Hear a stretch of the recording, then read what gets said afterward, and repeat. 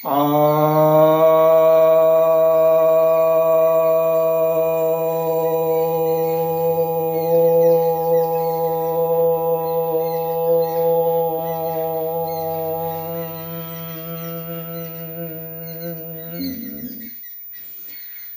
भक्तजनों को सप्रेम नमन। भक्तों, आज मैं आपके समक्ष आपकी कुछ जिज्ञासाओं का समाधान लेकर आया हूँ। एक जिज्ञासा है कि ईश्वर महत्वपूर्ण है या मत। हिंदू धर्म बटा है, इसी में आचार एक दूसरे के विरोध में बोल रहे हैं।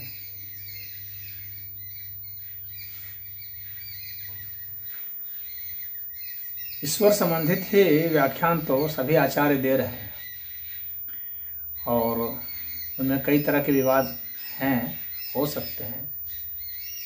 उनके अपने जो अनुभव हैं या उनकी अपनी जो समझ है, शास्त्रों की जो समझ है वह, और अपने जो अनुभव हैं वह, इसके कारण जो है कुछ विवाद होते हैं। साकार और निराकार का विवाद है, सगुण निर्गुण का विवाद भी उसी में शामिल है।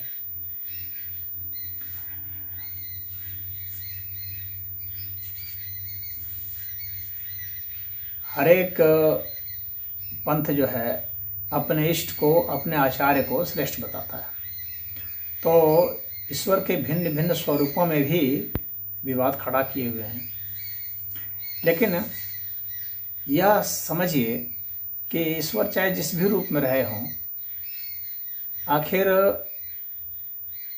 ईश्वर तो जानते हैं ना कि हम जो पूजा कर रहे हैं उनकी साकार विधि से कर रहे हैं या निराकार विधि से कर रहे हैं या दोनों विधियों से कर रहे हैं, शिव के रूप में कर रहे हैं या दुर्गा के रूप में कर रहे हैं,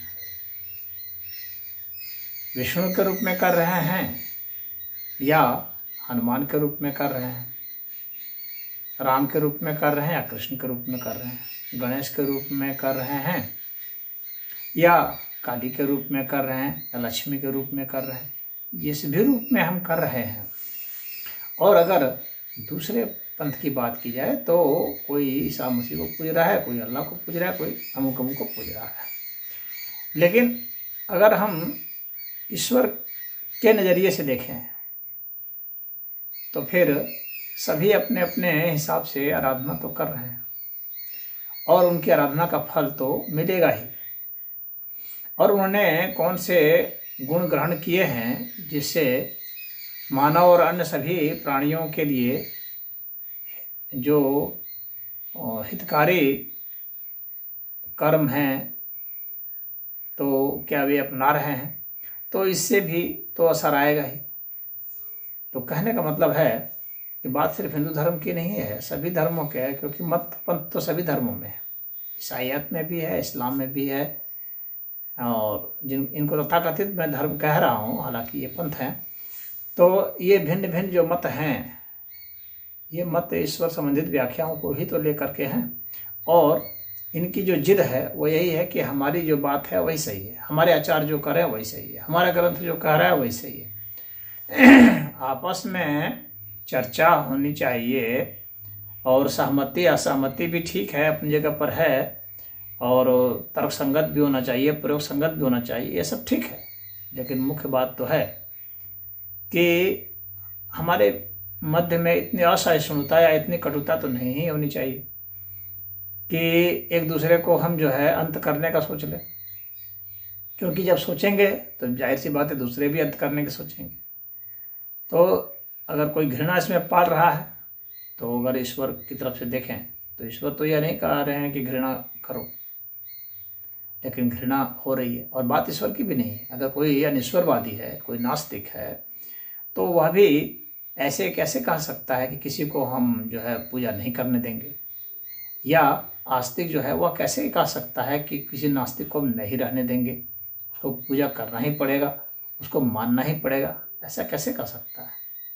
सबको स्वतंत्रता होनी चाहिए, और हम लोग का संविधान भी ऐसी बात करता है, सबको इजाज़त देता है अपने हिसाब से जीने का, अपने हिसाब से आस्था पालने का, अपने हिसाब से पूजा विधि अपनाने का। तो स्वतंत्रता तो सबको है, संविधान ने सबकी रक्षा की है, और मानव सभ्यता इतनी तो कम से कम विकसित हो ही जानी चाहिए कि एक दूसरे का सम्मान कर सकें और एक दूसरे को इतना स्पेस दे सकें कि वह भी जी सके और सम्मान के साथ जी सके और निर्भय होकर जी सके। उसे भय न सताए कि उस पर आक्रमण हो जाएगा, उसे मार दिया जाएगा, उसके परिवार को क्षति पहुंचा दी जाएगी या उसके समाज को दंगा झेलना पड़ेगा। इस तरह की बातें तो नहीं ही होनी चाहिए। लेकिन जब मत बहुत ज़्यादा हो चुके हैं और संसाधनों की होड़ है, अधिक से अधिक अपने लोगों को वो दूसरे मतों के खिलाफ में भड़का रहे हैं, बहका रहे हैं। आचार्य बना हुआ है तो कोई मौलवी बना हुआ है, कोई मौलाना बना हुआ है तो कोई पादरी बना हुआ है। ये सब जो है एक दूसरे के खिलाफ में जहर बोने का कार्य कर रहे हैं। अगर विवाद सैद्धांतिक है तो इसका तो स्वागत होना चाहिए, क्योंकि विचार विमर्श से और उसमें वैज्ञानिकता ढूंढने से और उसमें मानवता ढूंढने से और उसमें तर्क और युक्ति ढूंढने से कोई नुकसान नहीं है। लेकिन उसको इस तरह से ले जाना कि वह एक झगड़े का कारण बन जाए तो यह भी उतना उचित नहीं है। और जो लोग इतना तर्क करना जानते हैं, क्या वे अपने मत पर तर्क कर रहे हैं? एक प्रश्न उठता है। जो दूसरे के मतों में इतना जो छिद्र खोज रहे हैं, क्या वे अपने मतों में छिद्र खोज पाए हैं? तो फिर उनकी ईमानदारी कहाँ गई? इसका मतलब वे एजेंडाधारी हैं, प्रोपेगेंडा वाले हैं। तो ऐसे का जो है दृष्टिकोण सिर्फ यह है कि धर्म परिवर्तन कराया जाए और धर्म परिवर्तन करा करके अपने में लाया जाए, अपनी संख्या बढ़ाई जाए, अपने संसाधन बढ़ाए जाएँ, अपनी राजनीति बढ़ाई जाए। क्योंकि मत ज़्यादा हो जाएंगे तो जाहिर सी बात है कि जीत जाएंगे चुनाव में, फिर सत्ता हासिल कर लेंगे, फिर अपने हिसाब से कानून बनाएंगे, दूसरे पर शासन करेंगे। तो फिर यहाँ पर ईश्वर संबंधित बात तो खत्म हो गई, इसी सांसारिकता की ही बात रह गई है। और अधिकतर जितने मत हैं वो इसी तरीके से, उनको फिलॉसफी से, साधना से और व्यक्ति को श्रेष्ठ बनाने से मतलब नहीं है, उनको मतलब इस तरह से है। तो यहाँ पर मैं यही कहूँगा कि ईश्वर, जो आपका पहला प्रश्न था कि ईश्वर महत्वपूर्ण है या मत, तो महत्वपूर्ण तो भाई ईश्वर है। ईश्वर से संबंधित ये होने के कारण तो मत है, नहीं तो फिर मत का क्या लेना देना है। और आचार्य एक दूसरे का विरोध कर रहे हैं तो विरोध इसलिए कर रहे हैं एक दूसरे का क्योंकि उनको कुछ न कुछ ऐसा कर देना है जिससे कि उनकी सत्ता शक्ति बढ़ जाए। उनको उसे ईश्वर लाभ कराने से, ईश्वर दर्शन कराने से कोई लेना देना नहीं।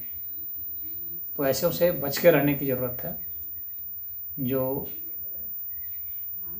दूसरे को उंगली दिखाते रहते हैं और अपने गिरेबान में झांक के नहीं देखते। जिस भी पंथ को मान रहे हैं, अरे भाई आप निराकार मान रहे हो तो मानो, कोई साकार मान रहा है तो उसको मानने दो, कोई साकार मान रहा है तो तुम मानो, निराकार कोई मान रहा है उसको मानने दो, कोई जिस भी बुद्धि से पूजा अर्चना करना चाह रहा है करने दो। हाँ, क्या युक्ति संगत है क्या है यह बोलना एक अलग बात है, लेकिन किसी को आप थोप नहीं सकते, किसी के ऊपर आप आरोपित नहीं कर सकते, किसी को डरा धमका नहीं सकते, किसी को तंग नहीं कर सकते, किसी के खिलाफ जो है आप कार्रवाई नहीं कर सकते। सबको अधिकार है, होना चाहिए। यही हमारा इसमें कहना है। हरि ओम।